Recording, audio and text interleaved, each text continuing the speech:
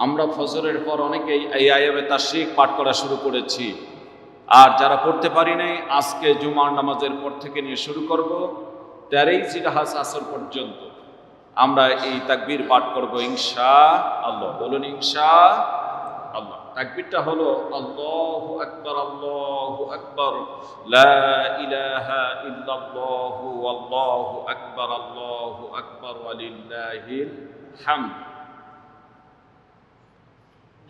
বলুন তো দেখি সকলে একবার, আল্লাহু লা ইলাহা ইল্লাল্লাহু আল্লাহু আকবার ওয়ালিল্লাহিল হামদ। মাশাআল্লাহ। এটি আজকে বাদ ফজর থেকে শুরু হয়েছে, 13 জিলহজ আসর পর্যন্ত, আসরের পর পর্যন্ত পাঠ করার বিধান রয়েছে।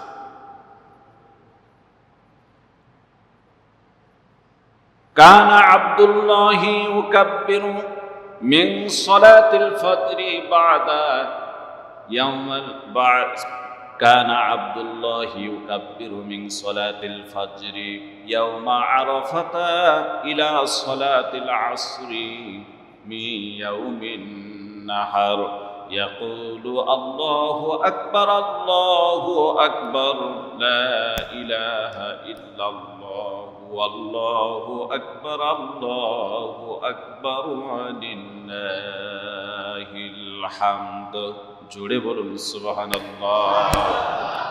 আব্দুল্লাহ ইবনে মাসউদ রাদিয়াল্লাহু তাআলা আনহু ঈদের দিনের পূর্বের দিন, তার মানে 9 জিলহজ ফজরের নামাজ থেকে শুরু করে নিয়ে 13 জিলহজ আসর পর্যন্ত এই তাকবীর ফরজ নামাজের পর একবার পাঠ করেছেন। জোরে বলুন সুবহানাল্লাহ সুবহানাল্লাহ। ওয়া কানা আলিয়্যু ইউকাব্বিরু বা'দা সালাতিল ফজরি ইয়াউমা আরাফাতা ইলা সালাতিল আসরি মিন আখিরি আইয়ামিত তাশরীক ওয়া ইউকাব্বিরু বা'দাল আসর। হযরত আলী রাদিয়াল্লাহু তাআলা আনহু আরাফার দিনে, তার মানে 9 জিলহজ ফজর থেকে শুরু করে নিয়ে 13 জিলহজ আসর পর্যন্ত, আসরের নামাজের পর পর্যন্ত আমার ভাইরা তিনি তাকবীর পাঠ করেছেন। জোরে বলুন সুবহানাল্লাহ সুবহানাল্লাহ। এই তাকবীর পুরুষরা ফরজ নামাজের সালাম ফিরিয়ে গেল সেটা জামাতে পড়েন আর একাকী পড়েন। আসসালামু আলাইকুম ওয়া রাহমাতুল্লাহ, আসসালামু আলাইকুম ওয়া রাহমাতুল্লাহ বলার সঙ্গে সঙ্গে আমার ভাইরা এই তাকবীরটা পুরুষরা একবার বলবেন। পারবেন না ভাই? ইনশাআল্লাহ বলেন ইনশাআল্লাহ। আর মা বোনদেরকে বলবেন তারাও ফরজ নামাজের সালাম ফিরানোর সঙ্গে সঙ্গে এই তাকবীর তারাও একবার বলবেন। তারা বলবেন নিচু স্বরে, যাতে তাদের আওয়াজ বাহিরে না যায়, আর পুরুষরা উচ্চ স্বরে আওয়াজ দিয়ে বলবেন সুবহানাল্লাহ। আমার ভাইরা, এখান থেকে জানা গেল দুজন সাহাবীর কথা বললাম। এই দুজন সাহাবী riwayat দিয়ে আপনাদেরকে বললাম। তাহলে 9 জিলহজ ফজর থেকে শুরু করে 13 জিলহজ আসর পর্যন্ত মোট 5 দিন হয়। 9, 10, 11, 12, 13। জোরে বলেন কয়দিন? আরো জোরে বলেন কয়দিন? 5 দিন হয়ে গিয়েছে। এই 5 দিনের ভিতরে আমার ভাইরা নামাজ আসে 25 ওয়াক্ত, 5 পাঁচায় 25। কিন্তু আমার ভাইরা তার ভিতরে 2 ওয়াক্ত নামাজ শুধু বাদ থাকবে, সেটা হলো 13 জিলহজ মাগরিব এবং এশা। তার মানে মোট 23 ওয়াক্ত নামাজের ভিতরে ফরজ নামাজের পর সাথে সাথে এই তাকবীর পাঠ করা ওয়াজিব। সুবহানাল্লাহ। পারবো না? ইনশাআল্লাহ বলেন ইনশাআল্লাহ। আমল से जिंदगी बनती है, जन्नत भी जहन्नम भी, या इस्लाम में फितरत है न नारी है न नूरी। আমলের দ্বারা মানুষের জিন্দেগি জান্নাত কিংবা জাহান্নামী হয়ে যায়, এটাই ইসলামের বৈশিষ্ট্য। জন্মগত দিক থেকে নিয়ে মানুষ জান্নাতীয় নয়, জাহান্নামীও নয়, কিন্তু আমলের কারণে জান্নাতি আর জাহান্নামী হয়ে যায়। ঠিক কিনা? জন্মগত দিক থেকে প্রত্যেকটি শিশু নিষ্পাপ। প্রত্যেকটি শিশু কি নিষ্পাপ? এর জন্য আমল বাড়িয়ে দেওয়ার দরকার। আমি গত জুমায়ও বলেছিলাম, এই 10ই জিলহজ, তার মানে একেবারে আমার ভাইরা জিলহজের চাঁদ উদিত হওয়া থেকে শুরু করে 10ই জিলহজ পর্যন্ত গুরুত্বপূর্ণ এই 10 দিন ইবাদতের দিন। আমার ভাইরা তার ভিতরে 9 দিন আল্লাহর বান্দা রোজা রাখতে পারবে। তার মানে হচ্ছে কোন মানুষ যদি পহেলা জিলহজ থেকে শুরু করে নিয়ে আমার ভাইরা 9 জিলহজ পর্যন্ত রোজা রাখে, এর ভিতরে 8 দিনের রোজা আল্লাহ সুবহানাহু তাআলা তার আমলনামায় 1 বছরের সওয়াব দিয়ে দিবে। আর নবম যে তারিখটা, যেমন আজকে 9 জিলহজ আরাফার দিবস, গত জুমায় বলেছিলাম, আজকে যারা রোজা রয়েছে আল্লাহর নবী বর্ণনা করেন, ক্বালা আলাইহিস সালাতু ওয়াস সালাম, সিয়ামু ইয়াউমা আরাফাতা ইন্নী আহতাসিবু আলাল্লাহি আন ইউকাফিরাস সানাতাল্লাতী ক্বাবলাহু ওয়া সানাতাল্লাতী বা'দা। জোরে বলুন আল্লাহু আকবার। নবীজি বর্ণনা করেন, আমি আশা রাখি 9 জিলহজের আরাফার দিবসে বান্দা যদি রোজা রাখে, বান্দি যদি রোজা রাখে, এই একটা দিনের রোজায় আমি আশা রাখি আমার আল্লাহ ওই বান্দা বান্দির বিগত 1 বছর এবং সামনের 1 বছরের জিন্দেগির গুনাহ আল্লাহ মাফ করে দিবে। আমার ভাইরা, শোনার বেলা বক্তৃতা দেওয়ার বেলা ঠিকই দিচ্ছি, আমলের বেলা আসলেই আমরা খুবই পিছিয়ে। কথা বলেন ঠিক কিনা?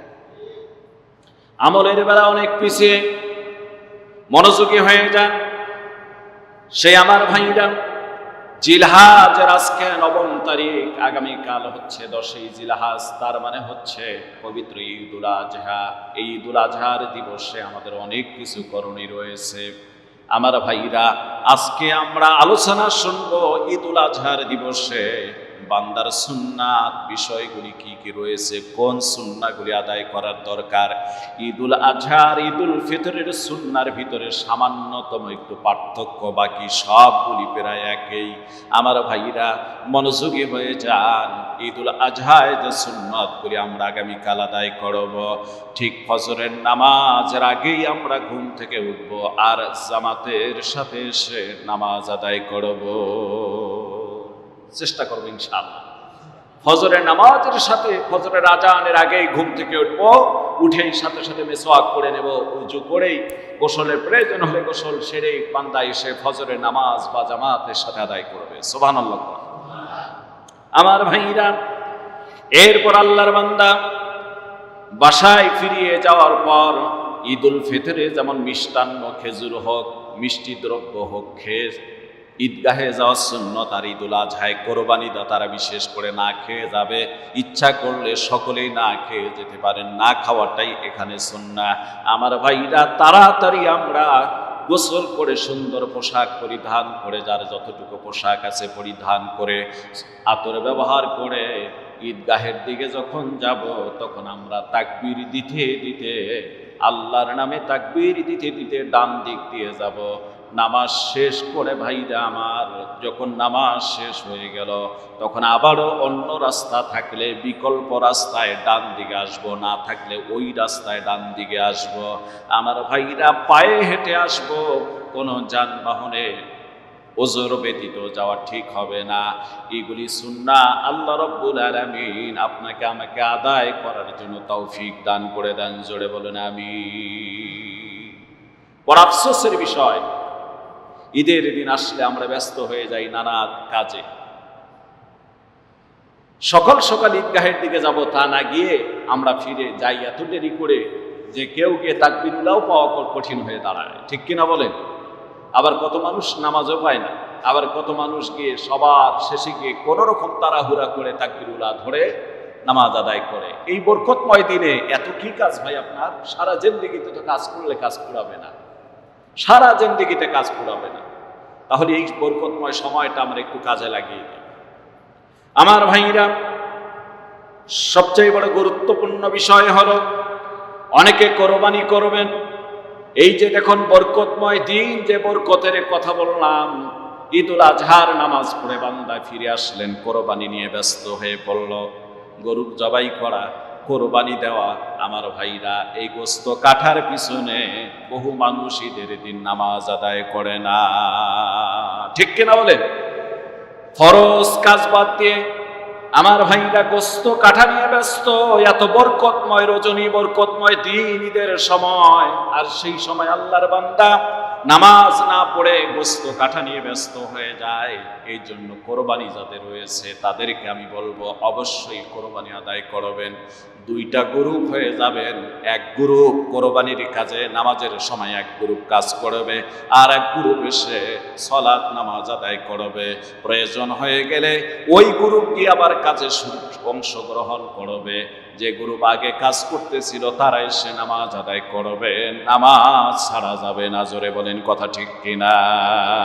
সালাত ছাড়া যাবে না। ভাইরা আমার, আল্লাহর নবী বর্ণনা করেন এই খুশির দিনে, এই বরকতময় রজনীতে, যেমন কালকে ঈদুল আজহা, ঈদুল আজহা এবং ঈদুল ফিতরের রাত্রিবেলায় রজনীতে কোন আল্লাহর বান্দা যদি জেগে জেগে ইবাদত বন্দেগী করে, রাত্রিতে কিছু কোরআন তেলাওয়াত, কিছু ইবাদত বন্দেগী, শুধু খেয়ে দিয়ে আরামে ঘুম না দিয়ে কিছু ইবাদত বন্দেগী করে, নবীজি বলেছেন তার অন্তরটা মরবে না ওই দিন পর্যন্ত। যেদিন সকলের দিল মরে যাবে, ওই দিন তার দিল, তার অন্তর আল্লাহ তাজা রেখে দিবে। কয়জনে করি আমরা ইবাদত? ভাইদের আমার, এই জন্য আমরা কালকে রাত্রেও কিছু ইবাদত বন্দেগী করবো ইনশাআল্লাহ। এর অর্থই হলো এই কিয়ামতের ময়দানে ভয়াবহ আযাবের দৃশ্য দেখে মানুষের যখন দিশাহারা হয়ে যাবে, মৃত্যুর মতো হয়ে যাবে অন্তর, ওই দিন এই মানুষগুলির কোনো পেরেশানি থাকবে না। জোরে বলুন না সুবহানাল্লাহ। এজন্যই শুধু আমার ভাইরা খেয়ে দে, শুধুমাত্র গোশত খেয়ে দে আরামের ঘুম একটা না দিয়ে ওই রাত্রিতেও একটু ইবাদত বন্দেগী করব। আর বিশেষ করে আমার ভাইরা, আমার বন্ধুগণ, কোরবানি করব একমাত্র আল্লাহর উদ্দেশ্যে। কারণ আমার আল্লাহ রাব্বুল আলামিন বলেন, লা ইয়ানালাল্লাহু লুহুমুহা ওয়ালা দিমাউহা ওয়ালাকিন ইয়ানালুহুত তাকওয়া মিনকুম। জোরে বলুন সুবহানাল্লাহ। আল্লাহ পাক বলেন কোরবানির গোশত, রক্ত, শিং, খুর কোনো কিছুই, গোশত, মাংস কোনো কিছু আমার দরবারে পৌঁছে না। আমার দরবারে পৌঁছে একমাত্র তোমাদের তাকওয়া। সুবহানাল্লাহ। কোন? তোমাদের তাকওয়া। কে কেমন ভীতু হয়ে কেমন আল্লাহর জন্য কোরবানি করলো? যার তাকওয়া যত বেশি, যার খোদাভীতি, তাকওয়ার অর্থই হচ্ছে খোদাভীতি, যার খোদাভীতি তত বেশি, যত বেশি আল্লাহর দরবারে কোরবানি তার কবুল হয় তত বেশি। সুবহানাল্লাহ। এজন্য আমার ভাইরা, আল্লাহ সুবহানাহু ওয়া তাআলা কোরআনে কারীমের অন্য আয়াতের ভিতরে জানায় দেন, আল্লাহ বলেন, ইন্নাস সালাতি ওয়া নুসুকি ওয়া মাহইয়ায়া ওয়া মামাতি লিল্লাহি রাব্বিল আলামিন। আল্লাহ বলেন আমার নামাজ, হে রাসূল আপনি বলুন, আপনি বলুন, কুল ইন্নাস সালাতি ওয়া নুসুকি ওয়া মাহইয়ায়া ওয়া মামাতি লিল্লাহি রাব্বিল আলামিন। আমার নামাজ, আমার কোরবানি, আমার বেঁচে থাকা, আমার মৃত্যু, আমার সব কিছু লিল্লাহি রাব্বিল আলামিন, আল্লাহর জন্য। কার জন্য ভাই? আল্লাহর জন্য। আল্লাহর জন্য কোরবানি করা লাগবে। আমার ভাইরা, সব কিছু ইবাদত, আমার নামাজ, আমার বন্দগি, আমার যাকাত, আমার কোরবানি, আমার সদকা, আমার দান, আমার যা কিছু আছে সব হবে আল্লাহর জন্য। জোরে বলেন কার জন্য? আরো জোরে বলেন কার জন্য? আমার ভাইরা, আল্লাহর জন্য হওয়ার দরকার। এই আল্লাহর জন্যই যারা সব কিছু করতে পারে, তার ইবাদত বন্দেগী আল্লাহ রাব্বুল আলামিন কবুল করে না। সুবহানাল্লাহ বলেন। আল্লাহর নবী বর্ণনা করেন, وقال عليه الصلاة والسلام, নবীজি বর্ণনা করেন, মান ওয়াজাদা সাআতান লিআন ইউদহিয়া ফালাম ইউদহি ফালা ইয়াহদুর মুসাল্লানা। নবীজি বলেন, যাদের উপর কোরবানি ওয়াজিব ছিল আর তারা কোরবানি আদায় করে নাই, কোরবানি আদায় করেনি, এমন ব্যক্তি যেন আমার ঈদগাহের ভিতরে প্রবেশ না করে। নাউজুবিল্লাহ বলেন। অনেক সামর্থ্যবান ব্যক্তির কোরবানি ওয়াজিব অথচ কোরবানি করে না। নাউজুবিল্লাহ বলেন। কথা বলেন না কেন, ঠিক কিনা? আমার জানা মতে এরকম বহু ব্যক্তি আছে যাদের উপর কোরবানি ওয়াজিব, শুধুমাত্র অর্থের ভয়ে, টাকার ভয়ে কোরবানি করলো না। ওরে মিয়া, তুমি শুধু সামান্য টাকার ভয়ে আল্লাহর নামে কোরবানি দিলে না, আমার তো মনে হয় তোমার নামাজ, রোজা, হজ, যাকাত একটাও কবুল হতে পারে না। কারণ হচ্ছে তুমি সামান্য অর্থের পিছনে হেরে গিয়েছো, আল্লাহর হুকুম তুমি আদায় করতে পারো নাই। এর জন্য তোমার ইবাদত কতটুকু কবুল হবে জানি না। হতে পারে তোমার এই সব ইবাদত শুধুমাত্র লোক দেখানো। কথা বলেন না কেন? হতে পারে লোক দেখানোর জন্য। আমার ভাইরা, আল্লাহর জন্য কোরবানি দেয়া লাগবে। গভীর মনোযোগ দিয়ে দেন। আল্লাহর জন্য কোরবানি কেমন হওয়ার দরকার? আমার ভাইরা, আমার বন্ধুগণ, গত জুমায় বলেছিলাম, এই জুমায় শুধুমাত্র একটু টাচ দিয়ে যাই। আল্লাহর খলিল ইব্রাহিম আলাইহিস সালাম যখন হযরত ইসমাঈলকে মিনার দিকে নিয়ে গেলেন, তাফসীর কারকগণ বলেন মিনায় যাওয়ার আগেই, পৌঁছার আগেই হযরত ইব্রাহিম আলাইহিস সালাম প্রাণপ্রিয় পুত্র, কলিজার পুত্র হযরতে ইসমাঈলকে একটা ডাক দিয়ে বলেছিলেন, বেটা, আমি স্বপ্নে দেখেছি আমি তোমাকে আল্লাহর নামে জবাহ করতেছি, কোরবানি করতেছি। আর সেই স্বপ্নটাকে সত্যিতে রূপান্তরিত করার জন্য তোমারে নিয়ে এসেছি। বলো তোমার অভিমতটা কি? যেমন পিতা তেমনই সন্তান। তিনি ডাক দিয়ে বললেন, ক্বালা ইয়া আবাতি ফাআল মা তু'মার সাতাজিদুনি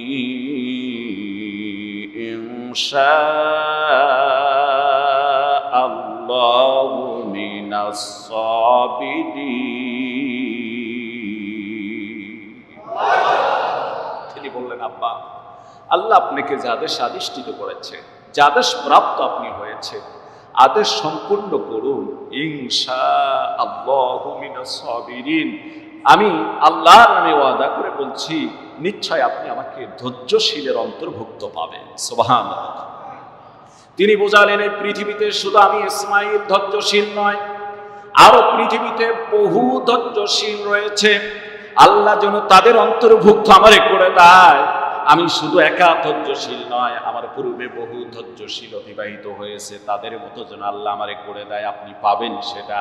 তবে আব্বা, আপনি যে আমারে কোরবানি করবেন, জীবনটা অনেক দামি জিনিস।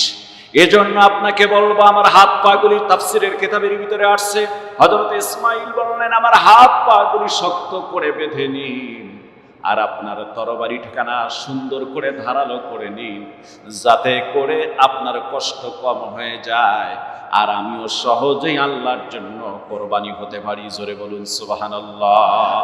তাফসীর কারকগণ বলেন, হযরত ইসমাঈল বললেন, আব্বা, এই রক্ত সুন্দর করে আমারে বাঁধুন, যাতে আপনার শরীরের মধ্যে, পোশাকের ভিতরে আমার রক্তের দাগগুলি না লেগে যায়।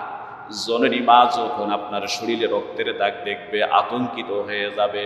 আপনি চাইলে, ইচ্ছা করলে আমার পরনের বস্ত্র, কাপড়গুলি নিয়ে যাইতে পারেন, এটা মায়ের হতে পারে সান্ত্বনা, আবার নাও নিতে পারেন, এটা আপনার ব্যাপার। তবে আব্বা, আপনি আল্লাহর নামে আমারে কোরবানি করে ফেলুন। আমি নিঃসন্দেহে ধৈর্যশীলের অন্তর্ভুক্ত হওয়ার চেষ্টা করব। জোরে বলুন সুবহানাল্লাহ। আমার ভাইরা, কোরআনে কারীমের ভিতরে আল্লাহ রাব্বুল আলামিন জানায় দিচ্ছেন, ফালাম্মা আসলামা ওয়া তাল্লাহু লিল জাবিন। হযরত ইসমাঈলকে কাঁধ করে মরু প্রান্তে মিনার ভিতরে শোয়াই দিলেন। কপালের একটা অংশ মাটির মধ্যে গিয়ে লেগে গেল। আমার ভাইরা, এবার তিনি কোরবানি শুরু করে দিয়েছেন। আল্লাহ সুবহানাহু ওয়া তাআলা কোরআনে কারীমের ভিতরে জানায় দেন, ওয়ানাদাইনাহু আইয়া ইব্রাহিম। জোরে বলুন সুবহানাল্লাহ। আল্লাহ বলেন, নবী ইব্রাহিম, তুমি তো স্বপ্ন আদেশকে সত্যিতে রূপান্তরিত করলে। সুবহানাল্লাহ বলুন। এটা ওহী ছিল না, একটা স্বপ্ন ছিল নবী ইব্রাহিমের প্রতি, কিন্তু নবীদের স্বপ্ন ওহী, জোরে বলা যাবে কি সুবহানাল্লাহ।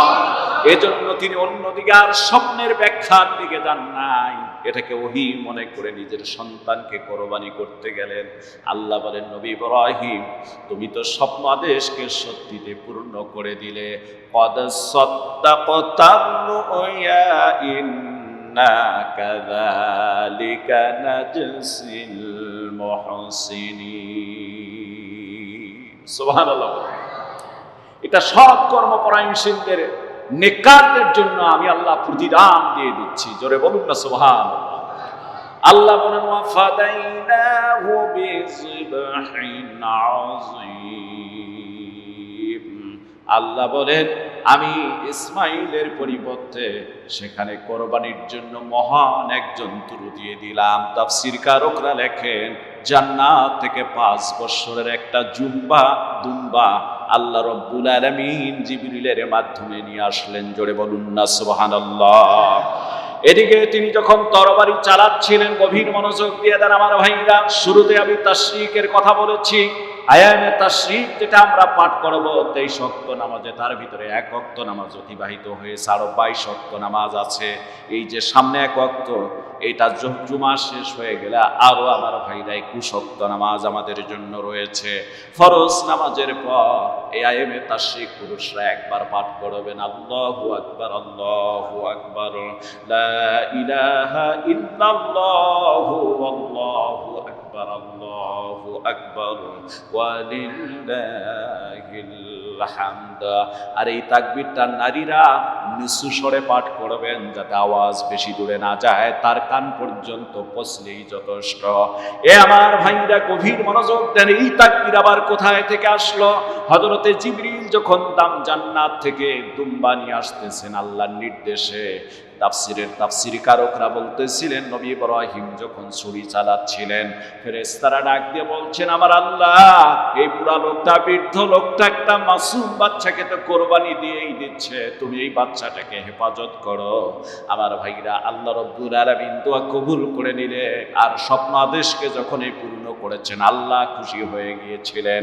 আমার ভাইরা, এই জান্নাতি দুম্বা যখন নিয়ে জিবরিল আসতেছিলেন, তখন তার সংশয় হয়ে যাচ্ছিল, যে মনে হচ্ছে যে আমি বুঝি যাওয়ার আগে ইসমাইলকে কোরবানি করে দিবে। এদিকে তো বারবার বলছে আল্লাহু আকবার, আল্লাহু আকবার। জিবরিল আসমান থেকে একটা ডাক দিয়ে তখন এই পরের আওয়াজটা দিয়েছিলেন, ওয়াল্লাহু লা ইলাহা ইল্লাল্লাহু, আল্লাহু আকবার, সুবহানাল্লাহ। হযরত ইব্রাহিম জবাই করতেছেন, আল্লাহু আকবার, আল্লাহু আকবার। ছুরি তো কাটতেছে না, তিনিও বুঝতেছেন না। অপরদিকে আল্লাহ আসমান থেকে জিবরিলকে পাঠিয়ে দিলেন। আমার ভাইরা দুম্বা নিয়ে আসতেছেন, কিন্তু তার সংশয় হচ্ছে আমি যাওয়ার আগেই যদি জবাই হয়ে যায়। আওয়াজ দিয়ে দিলেন, সিগন্যাল দিয়ে দিলেন, কলিং বেল টিপে ফেললেন আসমান থেকে। হযরতে জিবরিল বলে ফেললেন, তিনি বললেন, লা ইলাহা ইল্লাল্লাহু, ওয়াল্লাহু আকবার, আল্লাহু আকবার। জোরে বলুন না সুবহানাল্লাহ। এই আওয়াজ যখন হযরতে ইব্রাহিমের কান পর্যন্ত পৌঁছে গেলেন, ইব্রাহিম এবং ইসমাইল উভয় পিছনে বলে ফেললেন, তখন তেনারা উভয়ে বলে ফেললেন, তারা উভয়ে বললেন, আল্লাহু আকবার, আল্লাহু আকবার, ওয়ালিল্লাহিল হামদ। জোরে বলুন না সুবহানাল্লাহ। এখানে 4 জন মানুষ, মানে 3 জন ব্যক্তির সংস্পর্শে এই তাকবীরে তাশরিকটা পাঠ করা হয়। সুবহানাল্লাহ। তাফসীরকারকগণ লেখেন, হযরত ইব্রাহিম আল্লাহু আকবার, আল্লাহু আকবার বলে ছুরি চালাচ্ছেন। জিবরিল আমিন আসমান থেকে দুম্বা নিয়ে আসার সময় তিনি বললেন, লা ইলাহা ইল্লাল্লাহু, আল্লাহু আকবার। আমার ভাইরা, এই আওয়াজ পিতা পুত্রের কানে পৌঁছে গেলে কে কাহার আওয়াজ দিয়ে ফেললো? আবার দুজনে একসঙ্গে বলা শুরু করলেন, আল্লাহু আকবার, আল্লাহু আকবার, ওয়ালিল্লাহিল হামদ। জোরে বলুন না সুবহানাল্লাহ। এই বরকতময় তাশরিক আমরা পাঠ করব, বাদাল ফজর থেকে শুরু হয়েছে। আবারও স্মরণ করে দেই, কান আব্দুল্লাহি ইউকাব্বিরু মিন সালাতিল ফজরি ইয়াউমা আরাফাতা ইলা সালাতিল আসর মিন ইয়াউমিন নাহার ইয়াকুলু আল্লাহু আকবার লা ইলাহা ইল্লাল্লাহু আল্লাহু আকবার ওয়া লিল্লাহিল হামদ। হযরতে আব্দুল্লাহ ইবনে মাসউদ বলেন, হযরত আব্দুল্লাহ ইবনে মাসউদ 9 জিলহজ ফজরের নামাজ শেষ পরে সালাম ফিরানোর থেকে শুরু করে নিয়ে 13 জিলহজ আসর পর্যন্ত আসরের নামাজের সালাম ফিরায় মোট 23 ওয়াক্ত নামাজ 5 দিনে। আমার ভাইরা, কারণ 2 ওয়াক্ত বাদ থাকলো মাগরিব এবং ইশা, এই 5 দিনের ভিতরে 23 ওয়াক্ত নামাজের ফরজের পরে তিনি একবার করে আয়ামে তাশরিক পাঠ করেছেন। সুবহানাল্লাহ বলেন। وكان علي يكبر بعد صلاة الفجر يوم عرفة إلى صلاة العصر من يوم صلاة العصر من آخر أيام التشريق ويكبر بعد العصر سبحان الله। হযরত আলী রাদিয়াল্লাহু তাআলা আনহু 9 জিলহজ, এই আজকের যে দিনটা গেল, এই 9 জিলহজ ফজরের নামাজের পর থেকে শুরু করে নিয়ে 13 জিলহজ আসরের পর পর্যন্ত তিনি তাকবীর ফরজ নামাজের পর একবার করে পাঠ করেছেন। মা বোনেরা যারা আওয়াজ শুনতেছেন মাইকে, আপনারাও ফরজ নামাজের পর একবার করে আয়ামে তাশরিক পাঠ করবেন। পুরুষরা ফরজ নামাজের পর একবার পড়বেন। মাদের আওয়াজ হবে নিচু, পুরুষের আওয়াজ হবে উঁচু গলায়, যাতে অন্যরাও শুনতে পারেন। সেটা একাই নামাজ পড়েন আর জামাতে পড়েন, সর্বাবস্থায় ফরজ নামাজের পরে একবার পাঠ করতে হবে ইনশাআল্লাহ। বলেন ইনশাআল্লাহ। পরিশেষে আপনাদেরকে কোরবানি সংক্রান্ত 2-1 মাসআলার কথা বলে আজকের আলোচনা শেষ করে দিচ্ছি। যে সব ভাইরা আমরা আর যাদের উপর কোরবানি ওয়াজিব, এখনো কোরবানি দেইনি, এই ভাইদেরকে আমরা অবশ্যই আমি বলবো, আল্লাহর নবীর হাদিসটা আবারও স্মরণ করে দিচ্ছি। আল্লাহর নবী বলেন, ক্বালা রাসূলুল্লাহ সাল্লাল্লাহু আলাইহি ওয়াসাল্লাম, মান সাআতা লিআন ইউদহিয়া ফালাম ইউদহি ফালা ইয়াহদুর মুসাল্লানা। নবীজি বলেন, সামর্থ্য থাকার পরে যারা কোরবানি দিল না, তারা যেন আমার ঈদগাহে যায় না। এবার আপনি ভুল করেছেন বা ভুল বুঝতে পেরেছেন, সময় আপনার এখনো হাতের ভিতরে আছে। কোরবানির পশু যদি কিনে থাকেন আলহামদুলিল্লাহ, না থাকেন যদি, তাহলে এখনো হাট আছে, কিনতে যান। না হলে তাও যদি না পারেন, তাহলে এই কোরবানির দিন অর্থাৎ আগামীকাল থেকে শুরু করে নিয়ে ঈদুল আজহার আরো বাকি 2 দিনও আপনি কোরবানি আদায় করতে পারবেন। সুবহানাল্লাহ বলেন। আরো কয়দিন? ঈদের প্রথম দিন, দ্বিতীয় দিন, তৃতীয় দিন আসর পর্যন্ত মনে থাকবে ইনশাআল্লাহ। এই 3 দিন আপনি কোরবানি আদায় করতে পারবেন। প্রথম দিনটাও উত্তম, দ্বিতীয় দিনে দিতে পারবেন, তৃতীয় দিনে দিতে পারবেন। কোন ব্যক্তির একাধিক কোরবানি থাকে, কথা বলেন দেখেন, একাধিক কোরবানি থাকে, তারা যদি ইচ্ছা করে যে আমি 3 দিন 3টা দিয়ে দিলাম, দিতে পারবে। প্রথম দিন দিলেও একসঙ্গে দিতে পারবে, প্রথম দিন আদায় করতে পারে নাই, দ্বিতীয় দিন দিতে পারবে, তৃতীয় দিনে দিতে পারবে। মাসালাটা খুব গভীর মনোযোগ দিয়ে শুনে নেন।